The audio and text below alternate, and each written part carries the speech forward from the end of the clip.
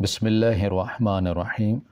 السلام علیکم۔ کرایہ دار نے گرم میٹھا دودھ گلاس دے کر بولی کہ اپنی جس بیٹی کو پلاؤ گی اس کی جلد شادی ہو جائے گی اور وہ شادی کے بعد سونا چاندی میں کھیلے گی۔ میں تو ویسے ہی غریب تھی اور 3 بیٹیاں تھیں، میں نے تینوں کا وہ دودھ پلایا تو اگلے دن ہی امیر گھرانے سے رشتہ آیا جنہوں نے مہر میں 52 تولہ سونا دیا۔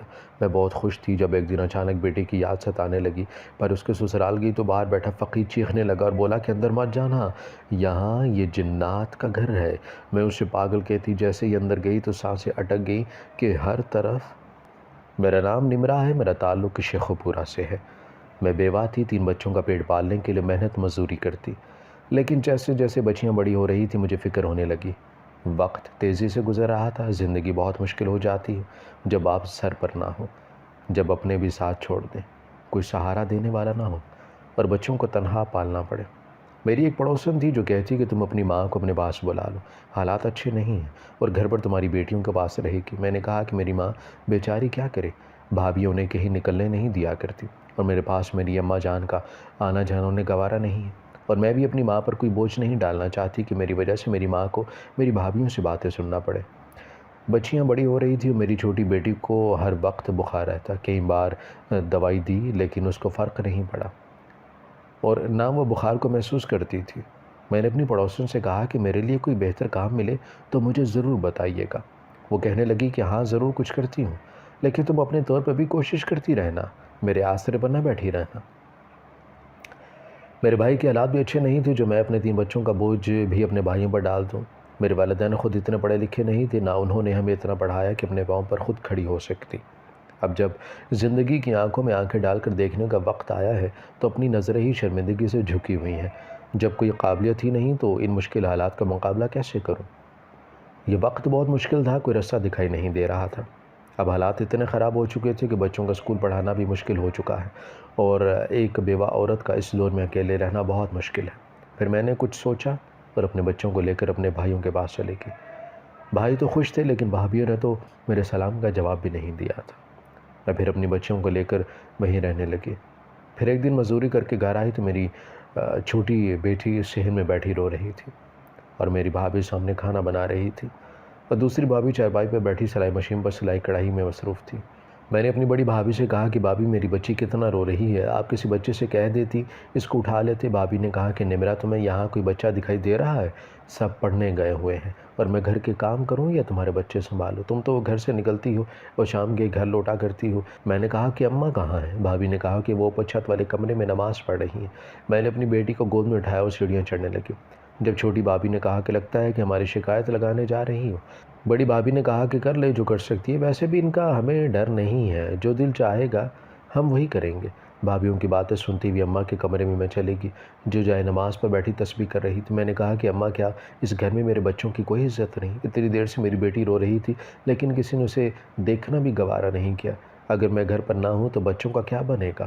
اماں نے تسبیح ختم کی، خود اوپر اور مجھ پر پھونکا اور پھر کہا کہ نمرہ کیسی باتیں کر رہی ہوں، میں نماز پڑھ رہی تھی اس لیے بچی کو اٹھا نہیں سکی اور بچے ٹیوشن پڑھنے گئے ہوئے ہیں، بچی اکیلی تھی اس لیے رو رہی تھی، تم اتنی سادہ سی بات کو اتنا کیوں بڑھا رہی ہو؟ میں نے کہا کہ اماں یہ پہلی دفعہ تو نہیں ہوا، آپ بھابھیوں کی سائیڈ لے رہی ہیں۔ اماں نے کہا کہ نمرہ بس کر دو، تم کیا چاہتی ہے کہ تمہاری باتوں میں آ کر میں اپنا بڑھاپا خراب کر لوں؟ جو 2 وقت کا کھانا مجھے مل رہا ہے تم چاہتی ہو کہ میں اسے بھی گوا بیٹھوں؟ میں نے کہا کہ اماں آپ کیسی باتیں کر رہی ہیں، میں کیوں آپ کو کسی کے خلاف کروں گی؟ میں تو بس اتنا کہہ رہی ہوں کہ میرا اپنا کوئی بھی نہیں ہے جو میرے مشکل وقت میں میرا ساتھ دے۔ آپ سب کے ہوتے ہوئے بھی میں تنہا ہوں، بیٹیوں کے ساتھ کوئی کھڑا ہو یا نہ ہو لیکن ماں تو اپنی بیٹی کے ساتھ دیا کرتی ہے، لیکن اماں آپ نے میرے ساتھ کبھی نہیں دیا ہے۔ اتنا کہہ کر میں روتی ہوئی اماں کے کمرے سے نکل آئی۔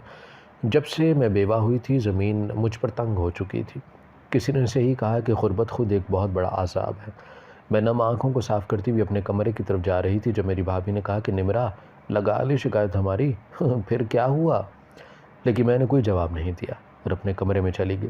پھر ایک دن بھائی کے بیٹے نے میری بیٹی کو تھپڑ مارا، مجھ سے برداشت نہیں ہوا۔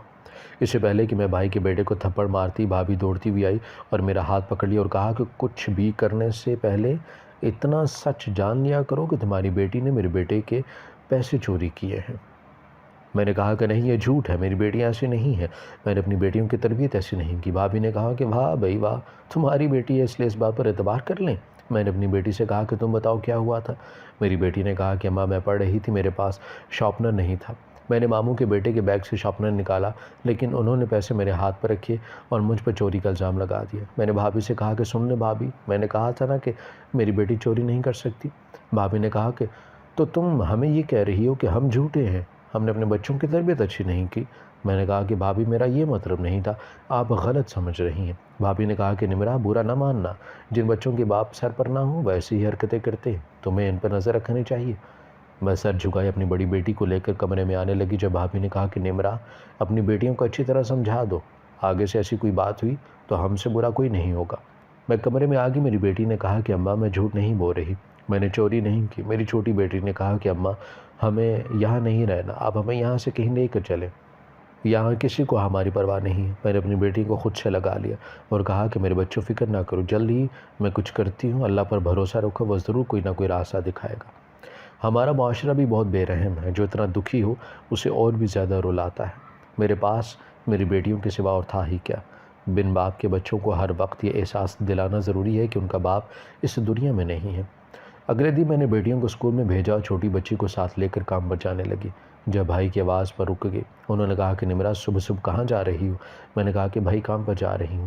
انہوں نے کہا کہ چھوٹی کو ساتھ لے کر جا رہی ہو، اسے گھر چھوڑ جاؤ۔ میں نے کہا کہ نہیں، گھر یہ ہر وقت روتی رہتی ہے، جہاں پہلے کام کرتی تھی انہوں نے کسی اور کو رکھ لیا تھا اور اب میں نئی ملازمت کی تلاش میں تھی، اور پھر گھر سے کام کی تلاش میں نکل پڑی۔ باہر بہت شور تھا، گاڑیوں کی آوازیں، کہیں لوگوں کے قہقہے۔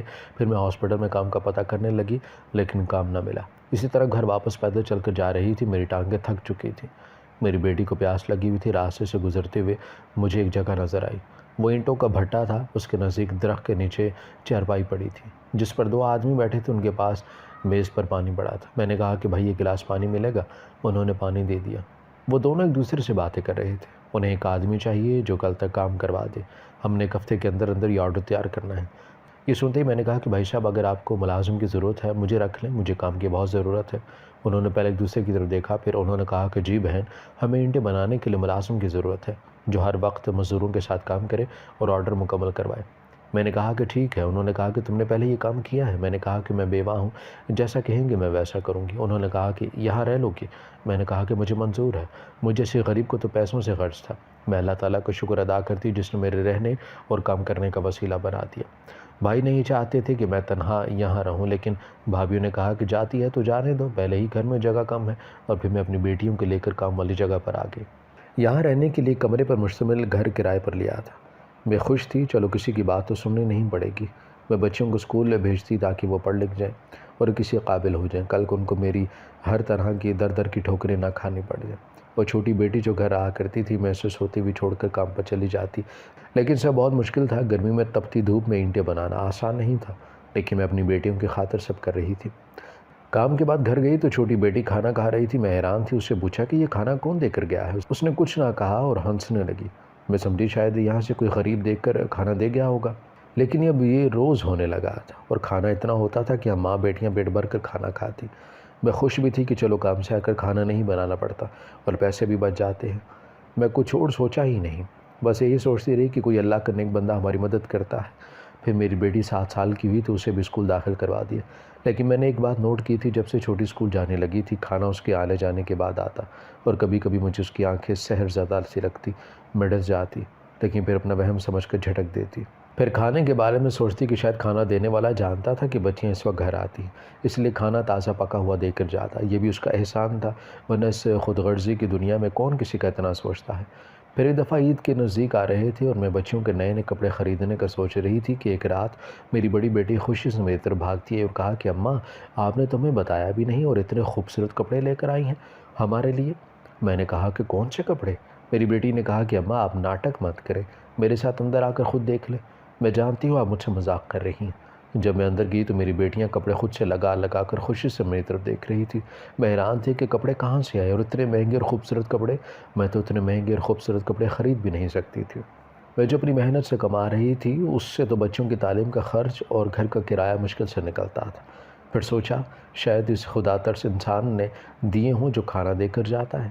میں اس بات کو بھی نظر انداز کر گئی، میری بیٹیاں خوش تھیں، مجھے اور کیا چاہیے تھا؟ ایک دن میری بڑی بیٹی نے مجھے بتایا کہ اماں چھوٹی تو بہت ذہین ہے، یہ تو ایک دفعہ سبق پڑھتی ہے اور اسے سب یاد ہو جاتا ہے۔ میں نے اپنی چھوٹی بیٹی کو گلے سے لگایا، پیار کیا اور کہا کہ یہ تو ہے ہی میری بختوں والی بیٹی۔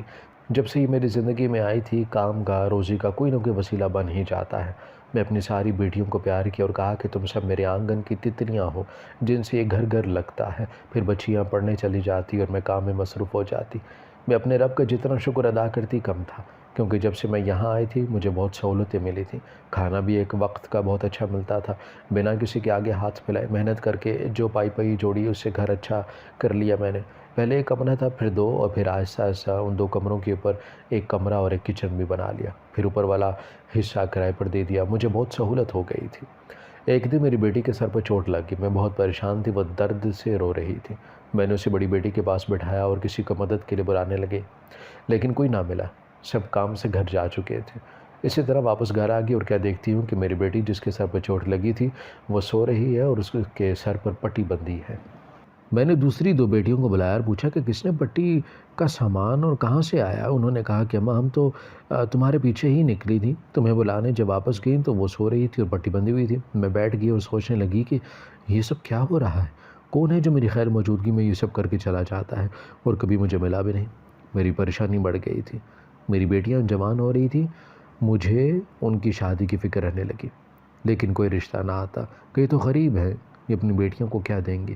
یہ سب کچھ جان کر میں بہت پریشان تھی اور رات بھر سو بھی نہ پاتی۔ بس یہی سوچا کرتی کہ کیا ہوگا، میں آج ہوں کل کا پتہ نہیں، اگر مجھے کچھ ہو گیا تو میری بیٹیوں کا کیا ہوگا؟ مجھے تو مر کر بھی چین نہیں آئے گا۔ اور میرے اپنے، انہوں نے تو کبھی آ کر پوچھا بھی نہیں کہ کس حال میں رہ رہی ہوں اور کیسی ہوں، زندہ بھی ہوں یا مر گئی ہوں۔ میں سوچ کر روتی رہتی۔ میری بیٹیاں مجھے بہت تسلی دیتی کہ جنہوں نے کبھی کوئی ہمیں سکھ نہیں دیا، ان کے لیے رو رو کر خود کو ہلکان کیوں کر رہی ہیں؟ اور وہ صحیح کہتی تھی، میں ان کے سامنے بہت خوش رہتی، اپنے اندر کا دکھ انہیں پتہ نہ چلنے دیتی۔ جبکہ وہ سو جاتی تو چھپ چھپ کر روتی اور دعائیں مانگتی کہ اللہ تعالیٰ میری بیٹیوں کے لیے اچھے رشتوں کا سبب بنا دے، کوئی وسیلہ بنا دے جو تینوں بیٹیاں اپنے گھروں کی ہو جائیں۔ میری کرایہ دارنی گرم میٹھا دودھ کا گلاس دے کر بولی کہ اپنی جس بیٹی کو بلاؤ گی اس کی جلد شادی ہو جائے گی اور وہ شادی کے بعد سونا چاندی میں کھیلے گی۔ میں ویسے ہی غریب تھی اور 3 بیٹیاں تھیں، میں نے تینوں کو وہ دودھ پلایا تو اگلے دن ہی تینوں بیٹیوں کا امیر گھرانے سے رشتہ آیا جنہوں نے مہر میں 52 تولے سونا دیا۔ میں بہت خوش تھی جب ایک دن اچانک بیٹی کی یاد ستانے لگی، پر اس کے سسرال گئی تو باہر بیٹا فقیر چیخنے لگا اور بولا کہ اندر مت جانا، یہاں یہ جنات کا گھر ہے۔ میں اسے پاگل کہتی، جیسی اندر گئی تو سانسیں اٹک گئیں کہ ہر طرف جنگل کی سی حالت بنی ہوئی تھی۔ میں حیران رہ گئی تھی کہ اس گھر کی حالت ایسی تھی جیسے وہاں کچھ صدیوں سے نہیں آیا، لیکن یہ کیسے ہو سکتا تھا؟ جب میں نے اپنی اس چھوٹی بیٹی کی شادی کی تھی تب یہ گھر بہت عالیشان اور خوبصورت تھا، پھر ایک دم سے یہ سب کچھ، پھر مجھے اپنی بیٹی کا خیال آیا۔ میں ادھر ادھر دیکھنے لگی اور اپنی بیٹی کو آوازیں دینے لگی۔ میں تڑپ رہی تھی لیکن کوئی جواب نہیں آیا۔ میں وہیں بیٹھ کر رونے لگی۔ کچھ دیر ایسے ہی بیٹھی رہی جب اچانک سے تیز ہوا چلنے لگی۔ مجھے اپنی بیٹی کی فکر تھی۔ میں پھر سے آوازیں دینے لگی جب میں نے اپنے پیچھے کسی کی آہٹ کو محسوس کیا۔ وہ میری بیٹی کی ساس تھی۔ میں نے شکریہ ادا کیا کہ کوئی تو ملا جس سے اپنی چھوٹی بیٹی کا پوچھ سکوں۔ میں نے آنسو صاف کرتے ہوئے کہا کہ اچھا ہوا بہن آپ مل گئی، یہ سب کیا ہے؟ آپ سب کہاں چلے گئے تھے جو گھر کی یہ حالت بن گئی ہے؟ اور میری بیٹی کہاں ہے؟ انہوں نے کہا کہ تمہاری بیٹی یہاں ہے، وہ بہت خوش ہے، تم فکر نہ کرو اور گھر چلی جاؤ۔ میں نے کہا کہ یہ کیسے ہو سکتا ہے کہ میں اپنی بیٹی سے مل کر نہ جاؤں؟ مجھے اس کی صورت دیکھے نئے ہوئے اتنا عرصہ ہو گیا ہے، مجھے اس سے ملنا ہے۔ تو بیٹی کی ساس نے کہا کہ میں کہہ رہی ہوں نا کہ وہ بالکل ٹھیک ہے، تم گھر چلی جاؤ، لیکن میں نہیں مانی تو میری بیٹی کی ساس نے کہا کہ تو تم اس طرح نہیں جاؤ گی؟ میں نے کہا کہ جی ہاں، میں اپنی بیٹی کو دیکھے بنا کہیں نہیں جاؤں گی۔ تب اس نے کہا کہ ٹھیک ہے، لیکن وعدہ کرو جب تم سب کچھ جان جاؤ گی پھر یہاں سے چلی جاؤ گی اور کوئی واویلا نہیں کرو گی۔ میں نے حیرت سے انہیں دیکھتے ہوئے کہا کہ آپ کیسی باتیں کر رہی ہیں؟ میری بیٹی کی ساس نے کہا کہ آج وہ سچ تمہارے سامنے آئے گا جسے تم نہیں جانتی تھی۔ میں نے کہا کہ کون سا سچ؟ انہوں نے کہا کہ یہ سچ کہ جسے تم اپنی چھوٹی بیٹی کہتی ہو وہ تمہاری بیٹی نہیں ہے۔ میں نے سکتے کسی حالت میں ان سے کہا کہ یہ بات آپ کیسے جانتی ہیں کہ وہ میری بیٹی نہیں ہے؟ میری بیٹی کی ساس نے کہا کیونکہ میں اس لڑکی کی ماں ہوں۔ میں نے کہا کہ یہ کیسے ہو سکتا ہے؟ آپ اسے بیاہ کر لائی تھی، آپ ماں کیسے ہو سکتی ہیں؟ انہوں نے کہا کہ میرے ساتھ چلو، میں تمہیں سب بتاتی ہوں۔ پھر میں اس کے ساتھ اندر چلی گئی۔ یہاں سے گزرتے مجھے خوف آ رہا تھا، لیکن جب اندر کمرے میں پہنچی تو وہ بہت سجا ہوا خوبصورت کمرہ تھا۔ لیکن مجھے کچھ سمجھ نہیں آ رہی تھی کیونکہ باہر کا ماحول تو کچھ اور ہی بتا رہا تھا۔ پھر اس عورت نے جو میری بیٹی کی ساس تھی لیکن وہ خود کو میری بیٹی کی ماں بتا رہی تھی، اس نے میری بیٹی کو آواز دی۔ میری بیٹی ایسے میرے سامنے آئی جیسے کوئی ہوا کا جھونکا ہو۔ میں اس کو دیکھتے ہی خود سے لگانے لگی لیکن وہ مجھ سے دور ہو گئی اور کہنے لگی کہ آپ میرے پاس مت آئیں، آپ جل جائیں گے۔ میں نے کہا کہ میری بچی کیسی باتیں کر رہی ہو؟ اس نے کہا کہ آپ کی بیٹی نہیں ہوں۔ تب اس نے کہا کہ آپ نے مجھے ایک سنسان سڑک پر روتے ہوئے دیکھا تھا اور ترس کھا کر مجھے اپنے ساتھ لے گئی۔ میں نے کہا کہ یہ سب تم کیسے جانتی؟ اس نے کہا کہ مجھے سب میری ماں نے بتایا ہے۔ میں رونے لگی کہ ضروری تو نہیں کہ جس نے جنم دیا ہو وہی ماں ہوتی ہے، پالنے والے کا مرتبہ اس سے بھی بڑا ہوتا ہے۔ میں نے تمہیں جنم نہیں دیا، لیکن تم بتاؤ میں نے کبھی تمہیں ایسا محسوس ہونے دیا کہ تم میری بیٹی نہیں ہو؟ اس نے کہا کہ میں جانتی ہوں آپ بہت اچھی ہیں اور بنا کسی غرض کے غریب ہوتے ہوئے بھی مجھے اپنے پاس رکھا۔ آپ نے مجھے پالا اور کبھی کسی کو نہیں بتایا کہ میں آپ کی بیٹی نہیں ہوں۔ میں آپ کی بہت احسان مند ہوں۔ تب وہ عورت جو میری بیٹی کی سگی ماں تھی اس نے کہا کہ میں آپ کو حقیقت بتاتی ہوں، دراصل ہم انسان نہیں ہیں، ہم جن ذات ہیں۔ میں یہ سن کر سکتے میں تھی۔ اس نے کہا کہ جس دن تم پریشان اپنی 2 بیٹیوں کے ساتھ اس سڑک سے گزر رہی تھی تب تم نے کسی بچی کو ترس کھا کر سہارا دیا، وہ بچی ہماری تھی۔ ہمارا قافلہ گزر رہا تھا جب ہماری لڑائی ہونے لگی اور جلدی میں میری بچی وہیں رہ گئی اور ہم سے بچھڑ گئی۔ ہم نے اسے بہت ڈھونڈا لیکن یہ نہ ملی۔ پھر ہم نے مل کر اللہ تعالیٰ سے دعا کی کہ ہماری بیٹی جہاں بھی ہو اسے انسانی شکل دے دے اور کسی اچھے انسان کے ہاتھ میں دینا، کیونکہ اللہ تعالیٰ جانتے ہیں ہم نے کبھی کسی کو نقصان نہیں پہنچایا۔ اس کے بعد ہم مل کر اپنی بیٹی کو ڈھونڈتے رہے لیکن یہ نہ ملی۔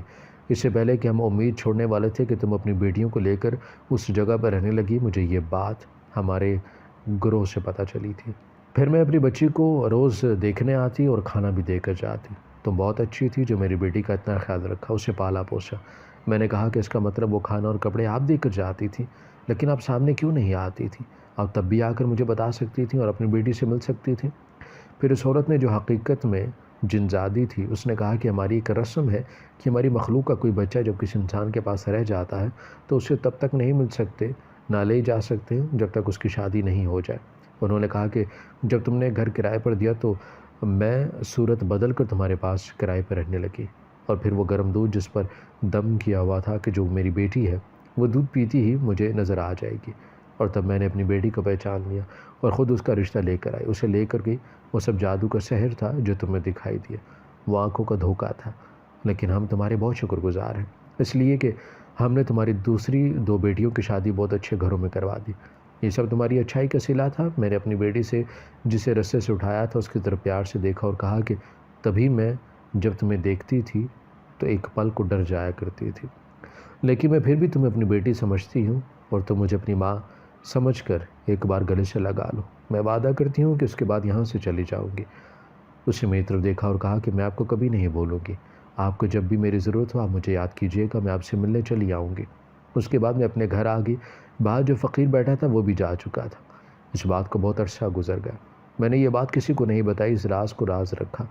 سچ کہتے ہیں کہ رشتہ کوئی بھی ہو اگر اس میں خلوص اور پیار ہو تو وہ آپ کا ساتھ کبھی نہیں چھوڑتا۔ اس بچی کی وجہ سے جو حقیقت میں جن زادی تھی اس کی وجہ سے میری اور میری بیٹیوں کی زندگی بدل گئی۔ میری بیٹیاں اپنے گھروں میں خوش اور آباد ہے۔ ہماری ویڈیو اگر آپ کو پسند آئی ہے تو ضرور لائک کیجیے، اپنی رائے دینا چاہیں تو کمنٹس کیجیے، اچھی لگے تو شیئر کیجیے۔ اس کے ساتھ ساتھ اگر آپ نے ہمارا چینل سبسکرائب نہیں کیا تو ضرور کیجیے اور بیل آئیکن پر لازمی کلک کیجیے تاکہ ہماری ہر آنے والی ویڈیو آپ تک بر وقت پہنچ سکے۔